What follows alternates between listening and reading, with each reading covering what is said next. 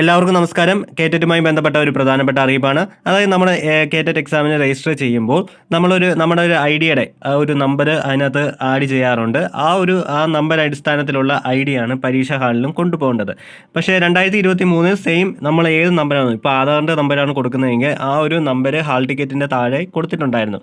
അപ്പോൾ ആ ഹാൾ ടിക്കറ്റിൻ്റെ നമ്പറുള്ള ID കാർഡാണ് നമ്മൾ എക്സാം ഹാളിൽ കൊണ്ടുപോകേണ്ടതും എക്സാമിന് ഹാജരാവേണ്ടതും. അപ്പോൾ ആ ഒരു നമ്പറുള്ള ID കാർഡ് ഇല്ലെങ്കിൽ നിങ്ങൾക്ക് എക്സാം എഴുതാൻ സാധിക്കില്ല, നിങ്ങളുടെ അവസരം നഷ്ടമാവും.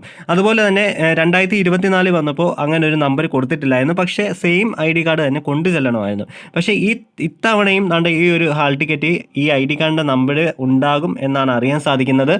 അങ്ങനെയെങ്കിൽ ആ ഒരു ID കാർഡ് തന്നെ പരീക്ഷകളിൽ എത്തിക്കേണ്ട ആവശ്യമുണ്ട്. പലരും ചോദിച്ചിട്ടുണ്ടായിരുന്നു, ഇത് നമ്പർ തെറ്റിപ്പോയി, ആധാറിൻ്റെ നമ്പർ അടിച്ചത് തെറ്റിപ്പോയി, അല്ലെങ്കിൽ കൊടുത്ത നമ്പർ തെറ്റിപ്പോയി, ആധാർ കയ്യിലില്ല എന്നൊക്കെ പറയുന്നുണ്ടായിരുന്നു. അപ്പോൾ അവർക്ക് വേണ്ടിയിട്ടാണ് ഇത് പറഞ്ഞത്. ഈ വട്ടം ഹാൾ ടിക്കറ്റിൽ ആ ഒരു നമ്പർ കാണും. ആ നമ്പറുള്ള ID കാർഡ് കൊണ്ടുപോയാൽ മാത്രമേ നിങ്ങൾക്ക് എക്സാം എഴുതാൻ സാധിക്കുകയുള്ളൂ.